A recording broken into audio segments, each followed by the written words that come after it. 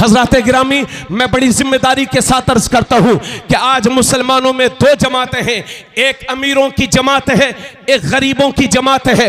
अमीरों के बच्चे स्कूल्स में पढ़ते हैं, अमीरों के बच्चे यूनिवर्सिटीज में पढ़ते हैं, अमीरों के बच्चे कॉलेजेस में पढ़ते हैं, गरीबों के बच्चे मदरसों में पढ़ते हैं, गरीबों के बच्चे मकतबों में पढ़ते हैं। अगर आज हम किसी अमीर से कहें कि भाई अपने बच्चों को मदरसा भेज दो, अपने बच्चों को आलिम दीन बना दो, तो वो अमीर कहता है कि हजरत साहब कैसी बात करते हैं, अगर मेरा बच्चा मदरसे में पढ़ेगा, आलिम बनेगा, तो अपने बच्चों को बड़े बड़े स्कूल्स में कैसे पढ़ाएगा, बड़ी बड़ी यूनिवर्सिटीज में कैसे पढ़ाएगा। अगर हमारा बच्चा मदरसे से फारिग होगा तो अपने बच्चों की परवरिश कैसे करेगा। मौलाना साहब देखो ना, महंगाई का दौर है, और मौलाना साहब अगर हम अपने बच्चों को मदरसा भेज देंगे तो हमारे रिश्तेदार हमें ताना देंगे कि कहां तूने गरीबों में भेज दिया है, कहां तूने यतीमों में भेज दिया है। यह है हमारे अमीर तबके का जहन, इल्ला माशाअल्लाह। और हमारे स्कूल्स में पढ़ने वाले, कॉलेजेस में पढ़ने वाले और यूनिवर्सिटीज में पढ़ने वाले तलबा वो भी ये समझते हैं कि ये उलमा इंग्लिश की मुखालफत करते हैं, ये उलमा हिंदी की मुखालफत करते हैं, ये उलमा जदीद टेक्नोलॉजी की मुखालफत करते हैं, ये उलमा साइंस की मुखालफत करते हैं। अल्लाह की कसम लेकर के तबरेज़ आलम कादरी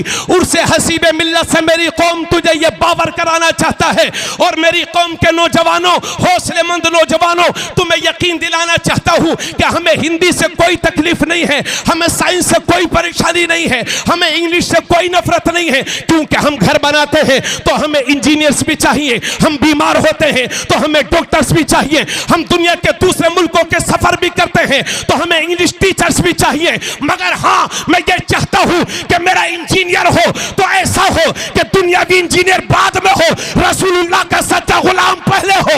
मैं ये चाहता हूं कि मेरा डॉक्टर हो तो ऐसा हो कि तबीब जिस्मानी बाद में हो, तबीब रूहानी पहले हो। मैं ये चाहता हूं मेरा मास्टर हो तो ऐसा हो कि दुनियावी किताब बाद में पढ़े, अल्लाह की किताब पहले पढ़े।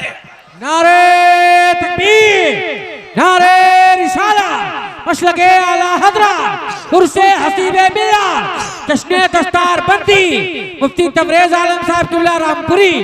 वाह वाह, बहुत उम्दा, सुभान अल्लाह, सुभान अल्लाह, सुभान अल्लाह। जरा मोहब्बतों के साथ बोलिए सुभान अल्लाह। अरे बेटा बैठ जाओ, बैठ जाओ, इधर देखिए, मेरी बातों पर तवज्जो दीजिए, आप मत जाइएगा। भाई किसी की तबीयत खराब है तो वो जाता है जी, आपकी तो तबीयत ठीक है ना? अल्लाह बोलो भाई, या कुछ सूरे पढ़ के आप पे दम करूं? बोलो, आप ठीक है ना? तो जरा मेरे साथ बोलिएगा और मोहब्बत के साथ मेरी बातें सुनिए। अब जरा हम अपने बच्चों का मुहासबा करें, और मैं बहुत सारी जगहों पर यह कह रहा हूं, ए बाबू खुदा के वास्ते खामोश रहें। हर कौम की जो उम्मीदें होती हैं वो नौजवानों से होती हैं। इस मजलिस में 70 साल, 60 साल, 80 साल के बुजुर्ग भी होंगे। मैं उनके लिए दुआ करता हूं, अल्लाह उन्हें सेहत वाली, ईमान वाली जिंदगी अता फरमाए। आमीन आमीन आमीन। मगर 60 साल के हो गए हो तो कम से कम ये दाढ़ी तो पूरी कर लो। बाज बुरा मत जानिएगा, बाज लोगों के दांत पूरे निकल जाते हैं मगर साहब दाढ़ी नहीं रखते हो। अल्लाह अल्लाह, ऐसा मत करो। कब्र में हुजूर को भी चेहरा दिखाना है। वाह, अगर मेरे चेहरे पर दाढ़ी नहीं होती और मेरे पास इल्म कितना भी होता तो आप मेरी तकरीर सुनते? बोलो भाई, अगर आपके मस्जिद के इमाम साहब के चेहरे पर दाढ़ी ना हो तो आप उनके पीछे नमाज पढ़ेंगे? दाढ़ी मेरे नबी की सुन्नत है, सारे नबियों की सुन्नत है। सुभान अल्लाह, सुभान। तो मैं ये अर्ज कर रहा था कि हर कौम के नौजवानों से उम्मीदें वाबस्ता होती हैं। वो घर तरक्की करता है कि जिस घर का नौजवान हौसलेमंद और जुर्रत और दिलेर होता है, और जिस घर का नौजवान बुज़दिल, शिकस्त खुर्दा और पस मुर्दा होता है, वो घर कभी तरक्की नहीं कर सकता। हक है, हक है। मैं इन बुजुर्गों के लिए दुआ कर सकता हूं, लेकिन नौजवानों, मेरी उम्मीदें तुमसे वाबस्ता हैं। हमारा फ्यूचर तुम हो, हमारा मुस्तकबिल तुम हो, हमारा कल तुम हो। अब जरा अपने अपने नौजवानों को हाल देखो और ये भी याद रखो, जमाने में वही कौमें हुकूमतें करेंगी कि जिनके बच्चों के हाथ कलम और किताब से सजे होंगे। सुभान अल्लाह, सुभान अल्लाह। उन्हीं का राज चलेगा, वही सत्ता में रहेंगे, वही उन्हीं का इख्तिदार होगा जिस कौम के लोग पढ़े लिखे होंगे। इसलिए अगर ये चाहते हो कि मुल्क में तुम्हारी नस्लें इज्जत की जिंदगी जिए और तुम एक बावकार कौम की हैसियत से मुल्क के शहरी कहलाओ, तो खुदा के वास्ते गुजारिश करता हूं कि शादियों को सस्ती करो, जरूरत के मुताबिक घर बनाओ और अपनी हैसियत से बढ़ करके अपने बच्चों को पढ़ाओ और लिखाओ। इसलिए कि आने वाला वक्त जिहालत का वक्त नहीं है, आने वाला वक्त इल्म का वक्त है। और यह भी याद रखना, दुनिया की सारी यूनिवर्सिटीज, दुनिया के सारे कॉलेजेस, दुनिया के सारे स्कूल्स ये डिग्री होल्डर बनाते हैं और कुरान बेहतरीन इंसान बनाता है। सब कुछ पढ़ाइए मगर अपने बच्चों को कुरान जरूर सिखाइए। नारे तकबीर, नारे रिसालत, मसलके आला हज़रत, मज़हबे इस्लाम, मज़हबे इस्लाम। वाह वाह वाह, सुभान अल्लाह। आपको सुनाई आ रहा है ना? हाँ, एक चाचा बैठे हैं, वो मदरसे में हमारे पास जाते हैं। किसी ने इनको चढ़ा दिया तो हमारे पास मदरसा गए, कहे हमें नई मशीन दिलवाओ। हमने कहा कैसे? बोले आप तकरीर कर रहे तो उसी वक्त हमारे कान जो है खराब हो गया था। अल्लाह ताला आपको शिफा अता फरमाए। आइएगा किसी दिन तो मेरी बातों को सुनिए। हमारी उम्मीदें किससे हैं? बोलो भाई, नौजवानों से। अब जरा पूरा मजमा तवज्जो फरमाइएगा। अपने नौजवानों के हाल बयान कर रहा हूं। जब हमारा बच्चा 10 साल का हुआ तो हमने उसके बाप ने 50 रुपए दे दिए, जाओ बेटे बालों को कलर करवा लो। अब कोई नीले करवा रहा है, कोई पीले करवा रहा है। छोटे छोटे बच्चों को बिगाड़ दिया है हमने। अल्लाह अल्लाह अल्लाह। हमारा नौजवान 13-14 साल का हुआ तो इसकी दादी दुआ करते करते दुनिया से चली गई, अल्लाह मुझे पोता दे देना। और जब ये पोता पैदा हुआ तो कान छिदवा के दुर्ये पहन के पोती बना घूम रहा है। हमें अल्लाह ने जब तुझे मर्द बनाया है तो मर्द बन के रहना। अल्लाह के नबी फरमाते हैं उन मर्दों पर अल्लाह की लानत है जो औरतों की मुशाबहत इख्तियार करते हैं, और उन औरतों पर अल्लाह की लानत है जो मर्दों की मुशाबहत इख्तियार करते हैं। हमारा बच्चा जब 15 साल का हुआ तो हमने 50,000 रुपए का मोबाइल लेकर के अपने बच्चे को लफंगा बनने पर मजबूर कर दिया। हमारा बच्चा 18 साल का हुआ तो मियां 1 लाख की मोटरसाइकिल खरीद कर हमने दे दी।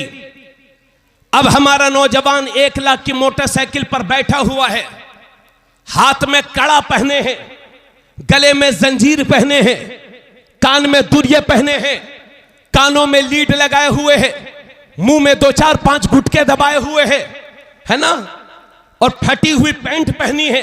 अल्लाह अकबर नारा लगाते हो ये है मेरे नबी की शान, और बच्चा बच्चा है कुर्बान। आप नबी पर कुर्बान कहां हैं? आप तो बंबई के फहशकार फिल्मी एक्टर पर कुर्बान है। अल्लाह अल्लाह। अगर वो फटी हुई पैंट पहन रहा है तो आप भी फटी हुई पैंट पहन रहे हैं। याद रखिए, फटे हुए कपड़े पहनना ये नहूसत है, और फटे हुए कपड़े को पैबंद लगाकर पहनना ये तुम्हारे नबी की सुन्नत है। वाह वाह वाह वाह वाह। अब तुम्हें यह फैसला करना होगा कि सुन्नतों के मुताबिक चलना है या फैशन के मुताबिक चलना है। बोलो ऐसे ही है ना? जी जी। हाँ, नौजवानों के हाल बता रहा हूं। मुमकिन है कि मैं गलत हूं, मगर मैं जहां तक देख रहा हूं वो यही है। 18 साल का नौजवान है, साम मुंह में गुटके दबाए हुए हैं, फटी हुई पैंट पहने हैं, न छोटे पर शफकत का पता है, न बड़े का अदब पता है, न उस्ताद का अदब जानते हैं, न उस्ताद का अदब जानते हैं, न नमाज पूरी याद है, न रोजे के मसाइल याद हैं, न उलमा का एहतराम जानते हैं। और माज़अल्लाह कभी कभी तो चेहरा देख के नहीं लगता ये किसी मुसलमान का बच्चा है। वज़ा में तुम हो ना सारा तो तमद्दुन में हुनूद, ये मुसलमान हैं कि जिन्हें देख के शर्माएं यहूद। हजरात, अगर किसी के मजहब में कड़ा पहनना जायज़ हो तो वो वो पहने, उससे हमें कोई गर्ज नहीं, लेकिन तुम्हारे मजहब में कड़ा पहनना जायज नहीं है, तुम्हारे मजहब में हाथ में लाल धागा पहनना जायज नहीं है, तुम्हारे मजहब में गले में चैन पहनना मर्द को ये जायज नहीं है, तुम्हारे मजहब में एक से ज्यादा अंगूठी पहनना ये जायज नहीं है। तो एक तरफ तो हमारा ये हाल है और दूसरी तरफ हमारा ये हाल है कि चंद गुंडे मिल करके कभी यहां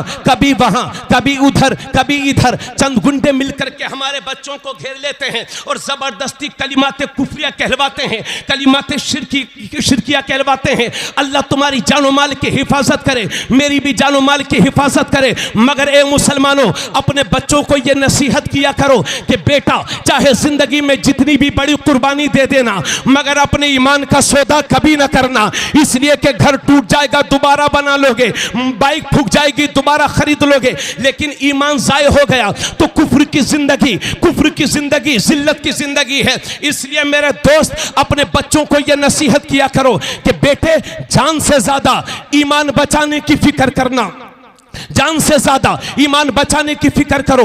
तो एक तरफ तो यह हाल है और दूसरी तरफ हाल यह है कि चंद लोग मिलकर के हमारे बच्चों को जबरदस्ती घेर लेते हैं। अब ये बोल वो बोल रहा है, अब ये बोल वो बोल रहा है, अब ये कह वो भी कह रहा है। जो कहना शिर्क है, जो कहना कुफ्र है। हजरात गिरामी, ए मेरी कौम के नौजवानों, ए मेरी कौम के जिम्मेदारों, अल्लाह तुम्हारी जानो माल की हिफाजत करे, मेरी भी जानो माल की हिफाजत करे, मगर कोई गारंटी नहीं कि कब किसके साथ क्या हो जाए। अल्लाह का वास्ता दे करके कहता हूं, अगर ऐसा मौका आपकी जिंदगी में कभी आ जाए तो खुदा का वास्ता दे करके कहता हूं कि जिंदगी की आखिरी सांस तक अपनी जबान को कुफ्र की गिलाजत से पाक रखना, शिर्क की गिलाजत से पाक रखना और आखिरी दम तक ला इलाहा इल्लल्लाह बोलते रहना। क्योंकि अगर मौत का वक्त नहीं आया है तो कोई मार नहीं सकता और मौत का वक्त आ गया है तो कोई बचा नहीं सकता, मगर जिंदगी की आखिरी सांस तक ला इलाहा इल्लल्लाह बोलते रहना। क्योंकि इसी हालत में अगर मर भी जाओगे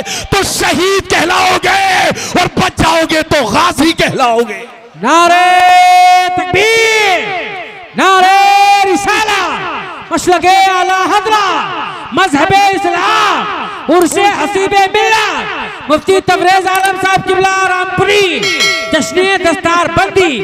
क्या कहने